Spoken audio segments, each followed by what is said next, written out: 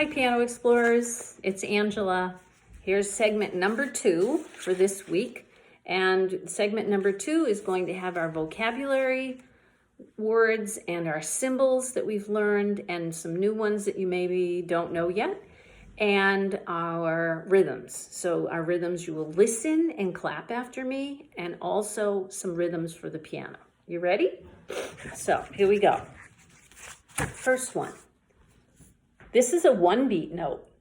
When you see this note, remember, it's a circle, color it in with a stem. If the stem in your book is pointing up, your right hand is going to play. If your stem in the book is pointing down, your left hand is going to play. When you're more advanced, you won't necessarily play the stems up with the right hand and the stems down with the left. But for right now, you will in this book. Okay? So this is a 1-beat note, and when we play a 1-beat note, we clap once. If I do 4 of those, they're all the same. 1, 2, 3, 4.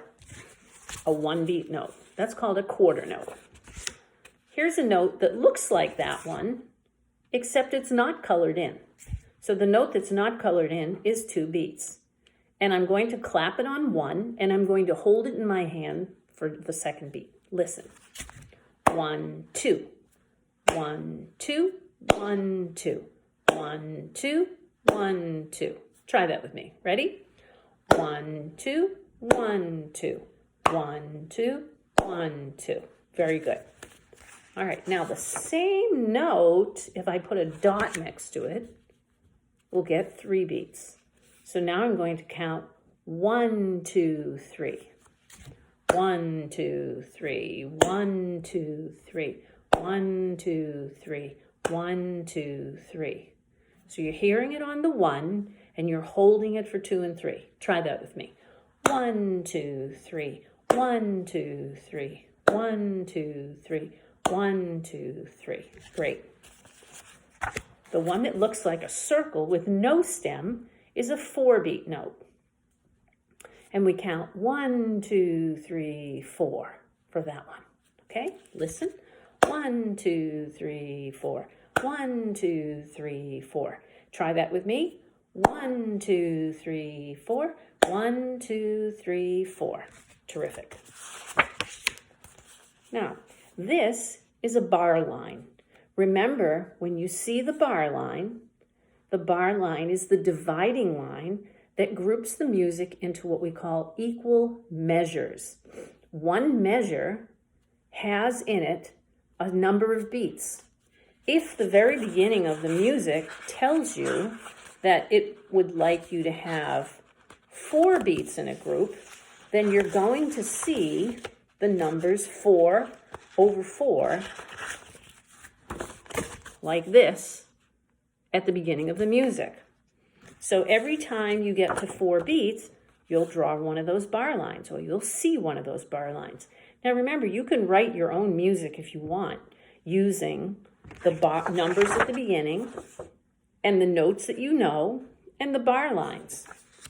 If the music says there's only 3 beats in a group, then at the end of the 3 beats, you're going to see a bar line.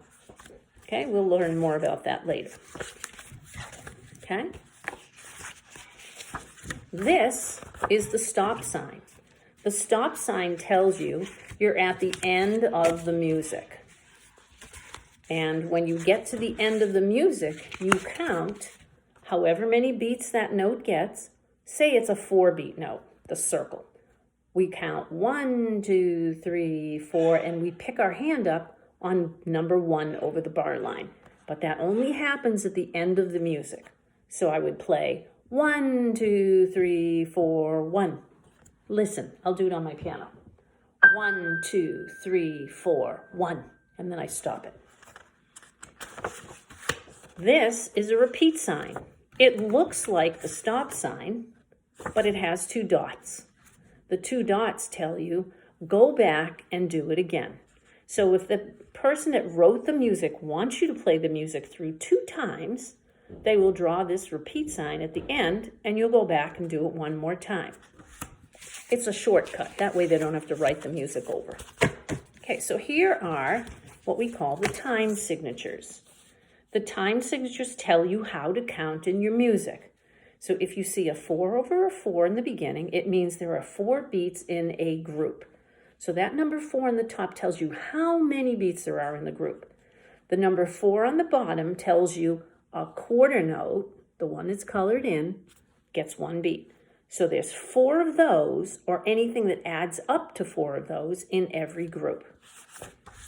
Now what happens when we see a 3 over a 4 at the beginning? Because now in our new lessons, you're going to see a 3 and a 4. That means there are 3 beats in a measure, and still the 4 on the bottom means the quarter note gets 1.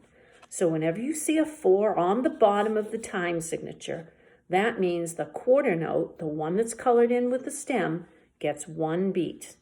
Okay, so instead of counting 1, 2, 3, 4, we would count 1, 2, 3, 1, 2, 3. So if you were going to dance, you would dance to 3 if you were doing a waltz. 1, 2, 3, 1, 2, 3, 1, 2, 3, as opposed to 1, 2, 3, 4. And if you had 2 beats in a group, it would say 2, 4. And that's what a marching band uses when they are playing their instruments and they're marching down the street. 1, 2, 1, 2, 1, 2. How many feet do you have? 2. So you would have 2 beats in a group for a marching band. All right, let's move on to our signs that tell us how soft or loud we need to play in the music. The first one is P. It stands for the word piano. That's Italian, remember? And it means soft. So if you see a P under your first notes or above your first notes, that means you are playing softly. The next one, F, stands for the word forte. Forte means loud. So again, if you see an F under or above your note in the very beginning, you are going to play that music loud. And you give your hands a little more weight to play loud. And this is the newest one we learned from last week. This is MF, mezzo forte. Mezzo in Italian means half. Forte means loud, so half loud. So not all the way loud and not soft. It's medium loud or moderately loud. Okay? Now, today we're going to see that music is written on 5 lines. 1, 2, 3, 4, 5, just like your hand, and 4 spaces. 1, 2, 3, 4. So I want you to look here and see that this little clef sign is called a G clef.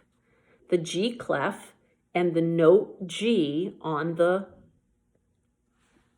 second line. So there are 5 lines and you count from the bottom up. 1, 2, 3, 4, 5.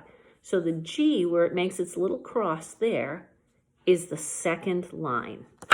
This one. 1, 2. And if I make my finger go across, I see that there's my G. Okay, we're going to see that in your lesson today. Here is the F clef. This is the F clef. You see those 2 dots? And there's a line that goes right through those 2 dots, that 4th line. 1, 2, 3, 4.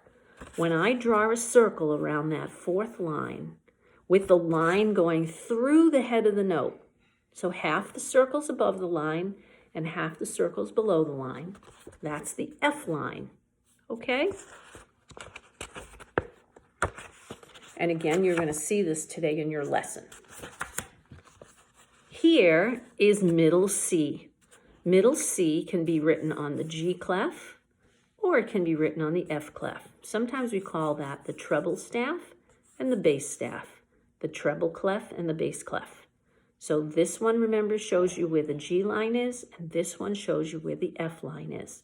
So when you see this little picture here with the line and the circle, this is middle C. And that middle C is the C near the middle of your piano. And that's the one we've been using for your exercises. One more card today. This little nose that you see in the beginning is called a brace.